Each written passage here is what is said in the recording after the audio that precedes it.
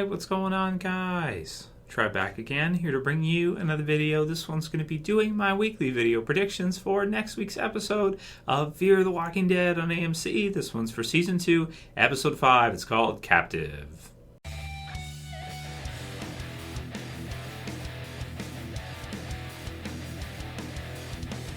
And if you guys missed my review for episode 4, I'll post a link in the description, so you're definitely going to want to go ahead and check it out. Spoiler warning as usual if you're not caught up. Man, episode 4, I'm still buzzing from it. It was such a well-done episode. I actually want to watch it again as soon as I can because it was just, it was excellent. And to the Game of Thrones subscribers and guys, the video will be up in about an hour to an hour and a half, the review for episode 2. I got to do that after this one. I've been doing Fear first and then doing Game of Thrones afterwards just based on timing and stuff. It seems to work out better for me. So, and episode 4 and 3 have been absolutely incredible. It's only got a few episodes left of this season. So we've got 5, it seems 6 and 7. 3 episodes left that they're doing, it looks like. And then we're going to have the break for what seems to be Preacher. So it looks like Preacher's going to be on Sunday nights, and, that'll be something. I'm not sure if I'm going to check it out. I saw the commercial for it. I've seen some of the trailers for it, and it looks, it looks pretty crazy, but I haven't read the comic books it's based on. So we'll see. I'll let you guys know if I choose to do a review for Preacher, at least maybe for the premiere, to get a sense of the feel for the show, and I'll let you guys know at that point as we get closer to the premiere date for that show. May or may not check it out. I'm not sure yet. Link in the description for Blood in the Streets. Amazing episode, incredible. Watch the review if you want to hear my thoughts on it. It was just, it was really, really well done. I loved it. Episode 5, Captive. So the description, and this isn't necessarily 100% correct, it is Alicia works towards reuniting with her family. Travis comes across a familiar face. Madison and Nick try to save their family against all odds. So this description was from, I believe, posted on IMDb. So again, you don't know if this is 100% correct or not, but this is all we have to go on right now. Of course, we've got the promo and the sneak peek. Both links will be in the description as usual to AMC, and you guys can check out both of those. So to break down the description, of course, the title Captive is self-explanatory. Travis and Alicia have been taken captive by Connor and his group. We can see Travis in the promo at the end there. There's 3 guys, grown men, with Travis, and they've got him bound. They've got him captured, so to speak. We know Jack is there too, so that's at least 4 members of this group that we know of, and then there's the other female.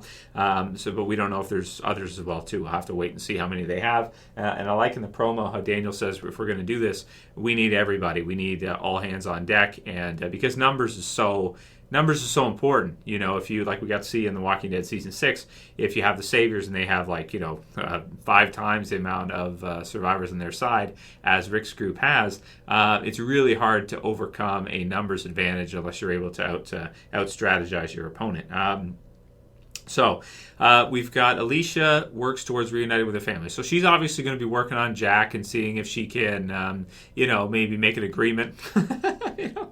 Maybe they could. She'd agree to be in a relationship with him or something, or make him think that she cares about him and that maybe they can be together. And in exchange, he may help her escape. If he does and he's successful, it'll be interesting to see if he's going to join the main group. It's tricky though because he comes from a place of a captor. So it'd just be really weird, and Madison would never like that. But at the same time, maybe, it could be one of those kind of forbidden love type deals where, you've got Madison and she's yelling at Alicia, and Alicia, it wasn't his fault, blah, blah, blah. So we'll see what they do with it. I can't really make a prediction one way or another right now because we're still getting to know all the characters.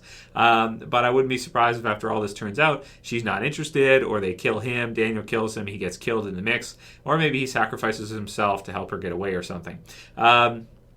Which would also be interesting. It would be kind of cool too. So either way, I really like the dynamic of what they're doing with that, and I think it's one of the highlights so far of this season. Something I'm really looking forward to seeing what they've got in store for us next with regards to at least those two, and whether or not Jack is going to survive and become like a long-term character in the show, or if he's going to be killed off pretty soon. If I had to pick one, I'd probably say killed off, but we'll see, because as we know from the original Walking Dead 2, you have characters like Tara who joined, who was in an opposing group at one time, and she worked out really well. And it's good to have characters from joining the group from different parts of the show, so it kind of later on in the series it kind of ties back to a certain part earlier on,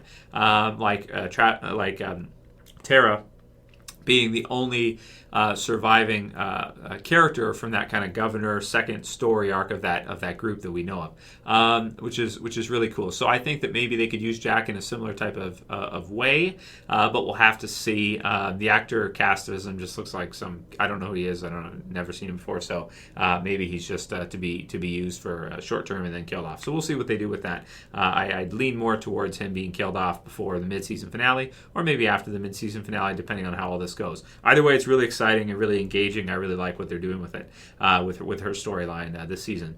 Next, we've got Travis comes across a familiar face. So how can we know who this is? Does he meet somebody that he knew from his previous life? Does he run into Charlie, so to speak? She might be somewhere in and around there. If she, and I assume she's still alive. So maybe that could be it. That's what a lot of people think it is. But we'll have to wait and see what that is. Madison and Nick try to save their family against all odds. So you can see Nick in the promo. He's got the gun. He's getting ready. Daniel's getting ready. They're all getting ready. They're going to go after him. And they do. I think at this point we can say they have the numbers. It looks like to me, even though and they also have the Reed character. So if they attack, they should outnumber them, even though they're not trained fighters or anything. But you have the bodyguard. You have Abigail Thomas's bodyguard, so to speak, who seems to be very useful and very tough. You've got Strand, who also he's pretty tough too. Yeah, for sure. He can chop a rope when shit hits the fan if he feels he needs to. He can do what he needs to do. So he'll be in there too. But we don't know if we've got his buy-in, because he may not necessarily want to help out the others. He doesn't seem in the sneak peek. He seems to be kind of like maybe on the fence about that, and he's kind of hurt right now. But you've got Nick. He's super badass for his age, for sure. And you got Chris, who's ready to go. And, you got Daniel. So I give him the edge in this, but we'll see if they get out of it with all of them surviving, or if one of them gets killed off, maybe one character death before the mid-season finale. Does that sound about right? I think it makes sense that they would do something like that right now, but it may not be like a huge, maybe the bodyguard or something like that, or maybe just one of, because we do have a pretty big cast right now. We have a pretty big group of characters, and who would they kill off if they do, if someone dies in this whole battle with the Connor group? Yeah, it's kind of, that's definitely hard to say for sure. In the promo, we've got Connor will come for Reed. Reed thinks Connor's going to come for him. It'll be interesting to see what they do with him, too. Are they going to keep him tied up and try to do a trade? Are they going to kill him? What will they do one way or another? That'll be interesting to see. The people are gone. Get us across. Oh, you're right. So they don't all want to go after them. Of course, the new bodyguard guy. These people don't mean anything to him. Get us across. Strand thinks he can. And then, when we attack, we're going to need everybody, like I said. And then you got Alicia fighting the female there, and you've got Travis with the three guys. So that's pretty much it. We've got Madison again warning Strand again, don't come between me and my son, because Strand's been asking him to do things, and she's not 100% down with that. So, of course, wanting to protect Nick. But he does have potential for sure, and I like how it's kind of like Strand sees potential in Nick, almost in the way Thomas maybe sees potential in Strand, even though they're both severely flawed. Strand steals from him, and yet Thomas sees potential in Strand. And Strand points out right away that he's, don't sell yourself short, he's a heroin addict. But he sees potential in him. So I like that. I like that kind of dynamic right there, kind of the way they've written in both of those, and how it seems like Strand would, because somebody else believed in him when he seemed to be doing things that were, obviously illegal, to steal somebody's credit cards and rack up, a whole bunch of and info and do what he did. So, man, really excited for the last 3 episodes. Really impressed after the first 2, and then, after these 2, 3 and 4, really the show turning itself around, it seems, and, bringing us, I think, a very exciting season, and some really, really great stuff to see that we never really got to see anything like that on The Walking Dead. We've never seen a boat get taken over by people and captive type situations. Yeah, we've had those in the regular Walking Dead, but I think this one, it definitely feels a lot different. The characters are starting to like the characters a lot more, like Nicholas and Strand and everybody. And man, Fear is just kicking my ass. I'm really, really starting to enjoy Fear. So aside from that, with regards to predictions, I tend to think that this story arc right here may last to mid-season and then maybe give us a pretty good mid-season finale. There's only a few episodes left, and whether or not we'll see a character death remains to be seen. But I don't think it'll be one of our huge main characters, so to speak, right now, because we did have Liza who was killed off the end of season 1, so it hasn't been that long ago. So kind of unfortunate they're going to have the break coming up pretty soon. But hey, you know what? There's some awesome episodes here, and some that I'm definitely going to be enjoying watching again, especially episode 4.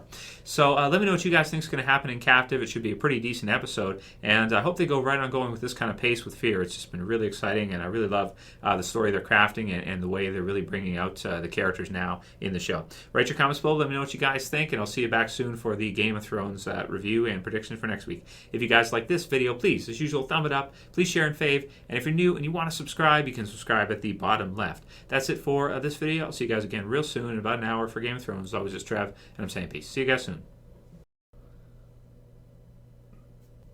You can share, you can favorite, you can subscribe. Hell, you're all going to be doing that.